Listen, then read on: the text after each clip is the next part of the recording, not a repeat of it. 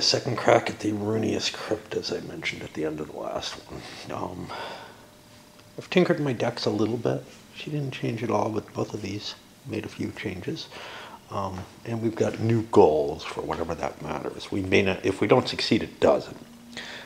This one, pretty obvious. It's going to give me one for tripping a trap.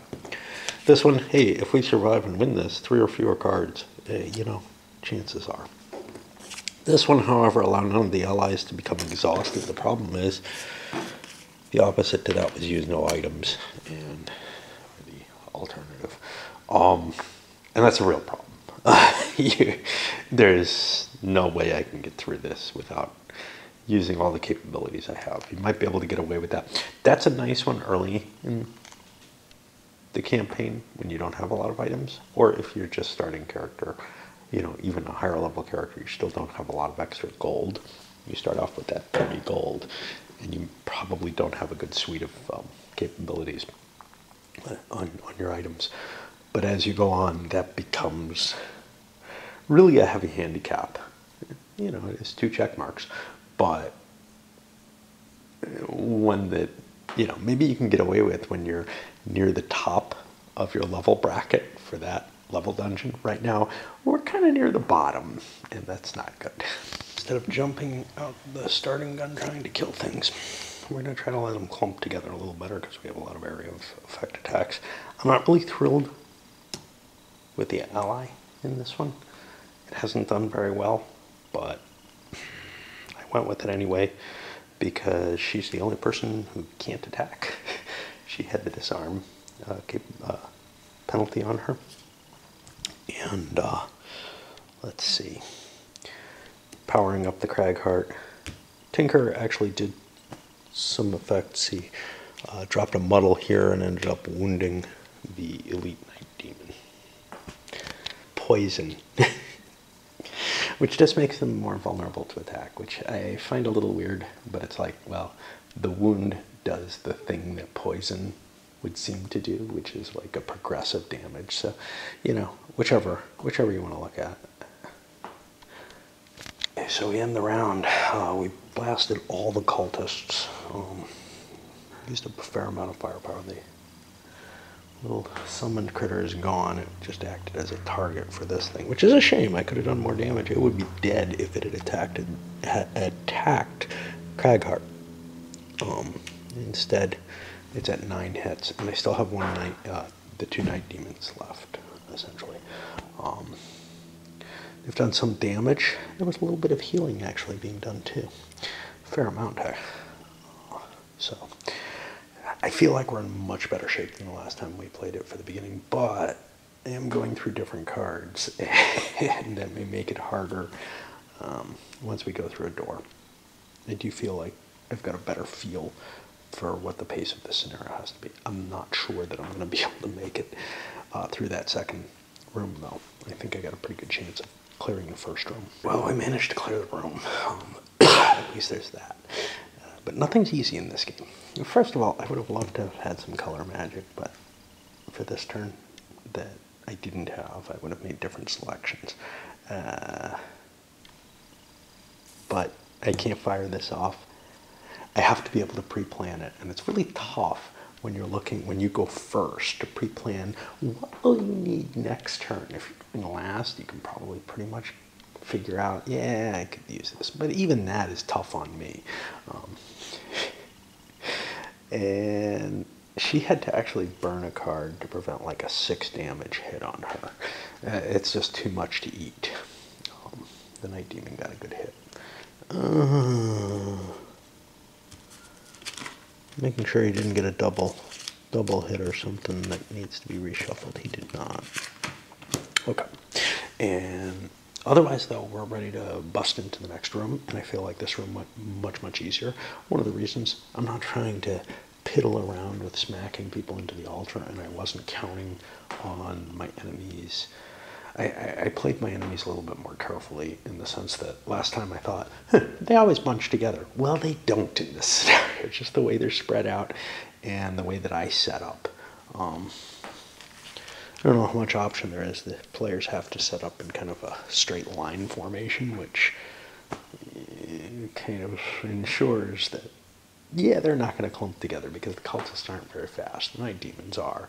So they go flying ahead, and the cultists kind of limp forward, and you have sort of a checkerboard type formation. It's really hard to get those area of effect hits on. And when you plan to use an area of effect hit and you can't get it off, well, then either you might be able to switch your cards, swap whether you're going to do the high or low on each card and figure something out that works. But generally, it means you're burning a damn good card for less than optimal effects. But she's almost out of cards, actually, already. She probably is not going to make it through. None of your character allies. She can become exhausted and still get that check, I think. I'm not sure. I'm not sure you can get checks after you've passed out. I don't think so. So, yeah. On the other hand, I don't know why you wouldn't, because here's the thing. She has that check when she passes out. She has succeeded in none of them, and the question then becomes, can the check change status once you're knocked out? And I would say, hey, if somebody else gets knocked out, yeah, they should. One of the issues, like the Tinker, he has this heal card that heals only his allies that are next to him. It's great, but it sucks that it doesn't affect him as well. And because we faced this before and gone in this room before, we knew what the layout was going to be, so I allowed some planning there, and boy, does that help a lot. I was able to get targeting dropped on the ice demons and killed one. These guys are done with their things, but we immobilized one and disarmed two of them. We immobilized the other one that died as well. There's a coin for him. And we've done, a lot of damage at range and prevented them from really getting close. So we'll be able to probably finish them off. The problem, of course, the bones are still there, but they're not that big a deal. They're a distance away, and they got no move this time. So not much happened there. We gotta recuperate her. We got a lot of mana to play with too, which is kind of neat. Frost Demons ate the mana that I tried to create, which sucked. But that meant I couldn't do any damage to this one. But you can see I wiped out, well, I did some with some of the other characters, but the Spellweaver, who was last, didn't get a chance to kill it off. Unlikely that they would. Oh no, it's a first level one, yeah. There's a fair chance. I only needed to do 2 damage, but I didn't get that kind of odds. But I got some good draws from the Tinker especially, but also Craghart managed to kill one off without getting the XP for pushing it into there, which he was hoping to do off this card. The Tinker jumped over. He's going to run to try to get to the chest, I guess. I don't know. He may not have a card that can get him that far. Yeah, he does. That's cool, because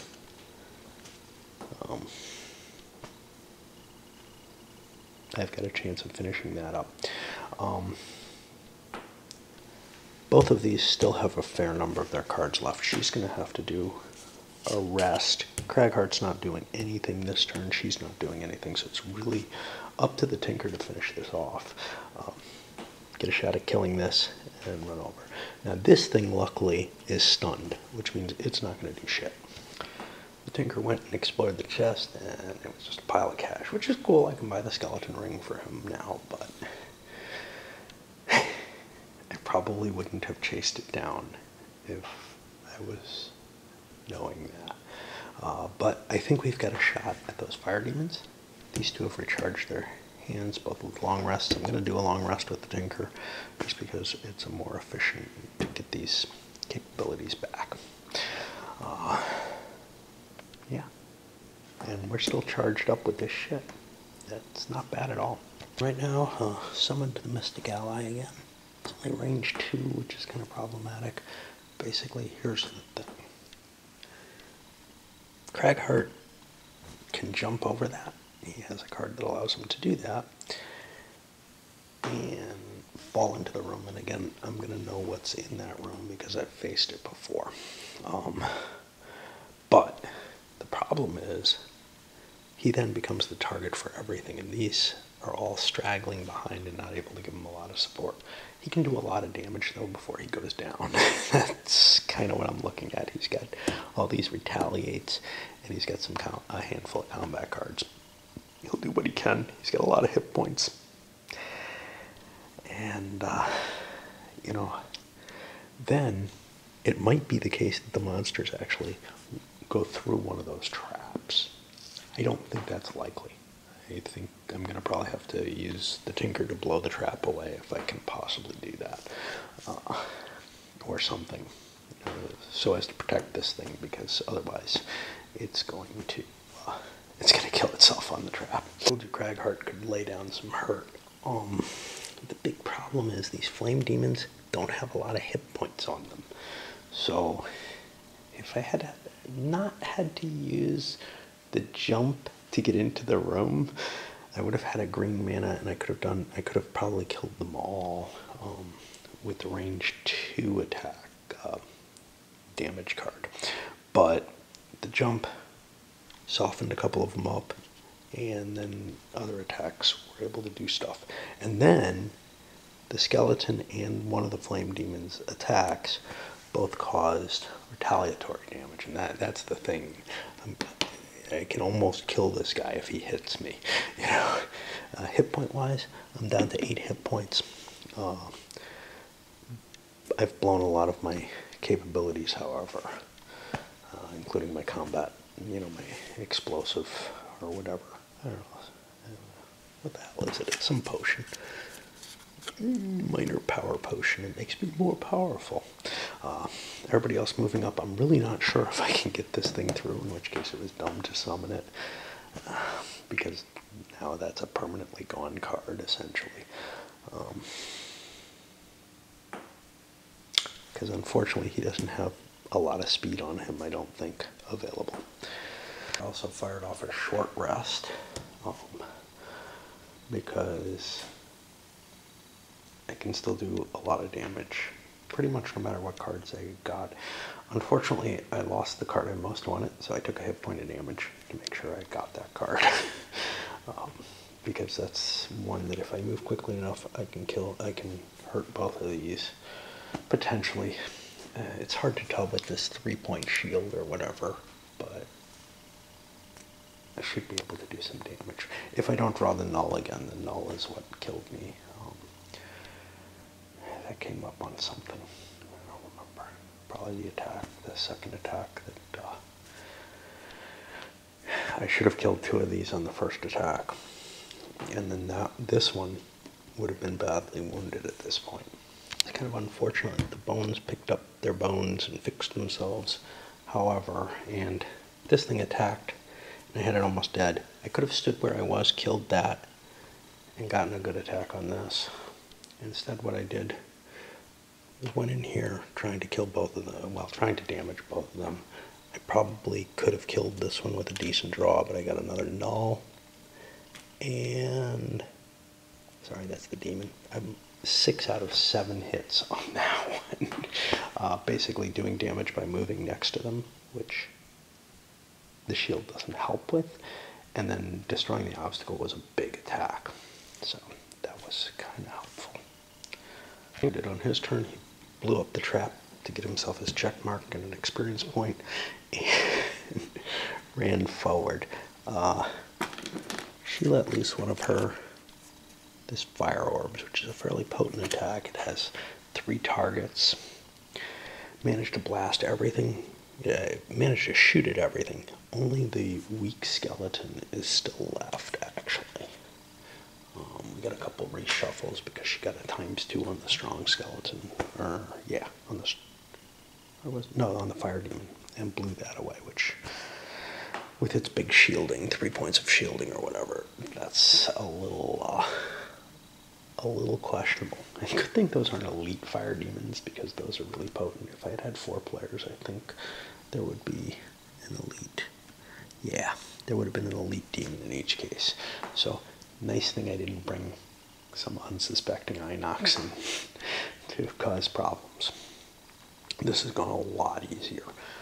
but a lot of it is knowing what's going to be in the room, how they're going to be set up. Yeah, it's funny, the first time I played this with other people, actually, they set all the monsters up ahead of time, because you kind of have this picture, and I mean, it's hard, somebody's going to kind of know sort of what's there, but it's a big difference between kind of knowing what's sort of there and actually being able to see the locations and plan for them. This has been a lot more potent than most of them. It looks like we're going to win this without too much trouble, and now it's kind of a case of, well, we got to kill that skeleton and grab ourselves some cash, and then we're out of here. Oh, with her, I'm going to drop the invisibility on her because she doesn't want to die, and she ran through the trap to save her little mystic creature. Skeleton did the worst thing it could, which was to heal itself and throw up. Well, it's still a shield one, that's all it has, normally. I don't know why the living bones. That reduces its weird. If it's level 0, it increases its defense. If it's like level 10 or something, it reduces it. But in general, shield 1 is what they have anyway, so it doesn't make much difference. And I find that kind of a weird card, like it should be a shield +1, I think, or something. But anyway, it wasn't enough. Craghart was able to blast the shit out of it and still do some looting, and everybody basically did a little bit of looting and grabbed some cash. We're at the end, and now it's just time to count up the points that we gained, which is quite a bit actually, because this is level 2, so things get boosted a little bit. The money's worth 3 each. We got tons of cash coming in. And everybody generated a fair amount of victory points. Craghart pulled 14, 11 over here. Him not so much, but that's okay. And there's the scenario-specific ending with the cultists. I wanted to look this up because I haven't figured out Craghart's perk. I figured out hers. She's taking a +2 with a blue, but his... do I want to go get that magic...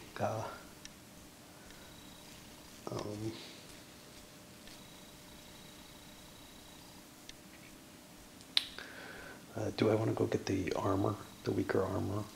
So I wanted to make sure I'm not getting something that fits with this. With the cultists and their minions dead, it seems the Dark Rift is now dormant. It's no less disconcerting. You toss a rock and it disappears into nothingness. You must admit that you wonder whether you could enter the rift yourself and whether you could survive the trip to wherever the rock ended up. Yeah, I do, because that's a connected location, and I can just go there without...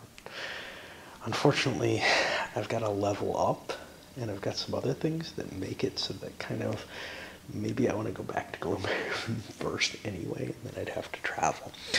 Alternatively, finding a way to close the rift is probably more prudent. There's an Aether enchanter in Gloomhaven who may know more about it. She's been known to ask for impossible favors before she helps anyone, though, and that includes number 14 here, which I've already got, but 19, which I don't. So I've got like more locations where I can find her, I guess. I've already run into her before, and maybe just 14 was the only one that was available for that. Anyhow, I didn't get anything that makes that check mark obvious to me at this point. I made my quick decision on the perk. I got rid of another -1 and added a +1. It's kind of hard to tell because, these pushes, those could be really useful if there's traps around and shit like that. I really like that idea. On the other hand, a couple of green leaves. He uses a lot of green. That would help fuel her. But I got another perk coming to me. So improving my overall odds on my deck seems like a good idea right now. I've got more of these, and I'll probably do something else instead. I don't think I'm going to go for the ignore negative item effects because, well, let's see how the money is. She doesn't have enough for the skeleton ring, and I really like the skeleton ring, and having 2 of them I think would be awesome.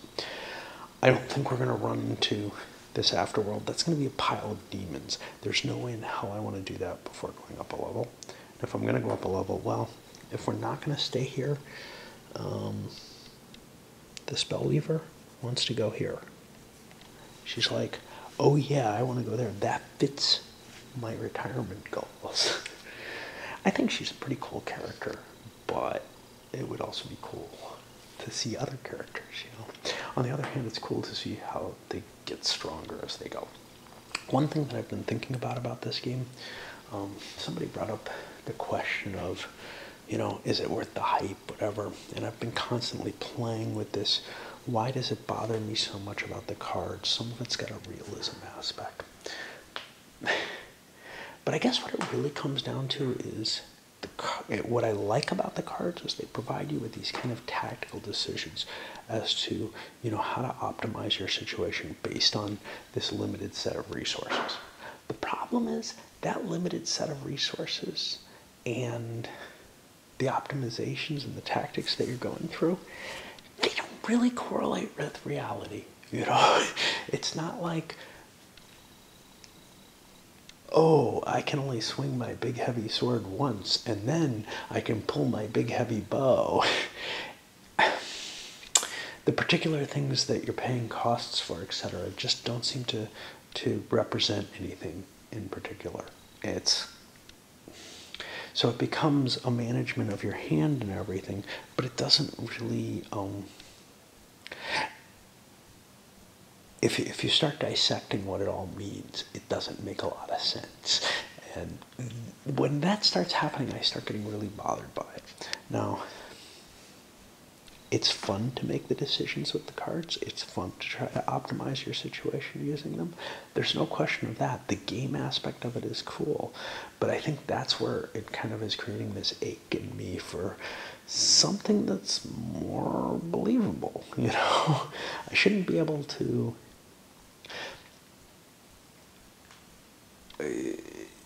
I can understand that there's some sort of abstraction, but the abstraction shouldn't be, oh, well, I used my melee weapon once, and now I can't use it again because my muscles that, you know, I rely on for swinging my sword are too tired, but I'm fine pulling a bow. You know, it's like it doesn't really align with any kind of reasonable sensibility, and that's where it really hurts me. Now, could you make a game that captured the reality and was still fun in terms of, it still gave the kind of rich decision making this has? I don't know, you know, I really don't know. This is like with Mage Knight. It's, you know, got this really clever design with the cards and everything where you're looking and trying to figure out how to use the hand that you have. Here you get to set up your hand based on one set of resources. In Mage Knight, it's more of a deck building type thing, but not a very, there's not a lot of deck building going on in it either, just like there isn't here. You know, you very seldomly get to add cards. When you do, it's a big deal. And unlike here, the cards that you add in Mage Knight actually give you more stamina in terms of being able to continue playing for a longer period of time. Here, you still have the same hand size. Maybe there are items that allow you to increase your hand size. Those would be really potent. Anyway, the stickers are down. I'll do the visit to the city, and I'll do that on this video, I think. I don't know. I don't know where I'm going with the videos, but because I may well... I see this one only took like 20 minutes because I didn't go in for as much detail, and I don't want to go in for that much detail. I don't want to show you every move. I don't want to, and I never really, after the first couple videos, I stopped doing that, but I will pull away further and further, more like I do, you know, when I'm playing something like Europa Universalis. I'll show you a turn in detail maybe, but from then on, maybe, you know, I'd go through several turns on one video. Well, with this, a dungeon is like a turn in your Universalis, so it might not even make sense to give you much of the story of the detail of the combat. Maybe just a glimpse into it, which I can probably do in about 10 minutes on any given video. Yeah, I know, not what you're used to through playthroughs, but there are plenty of people doing playthroughs of this particular game in the more standard style. So, you know, I won't, if you're jonesing for those or whatever, and you Need more of them? Well, you probably don't like the fact that my camera shakes or whatever. That I walk around, that it's not in a fixed location, that I curse. I'm going to do a rant on cursing at some point. A lot of interesting thoughts on that I was having tonight. Anyway, what the hell?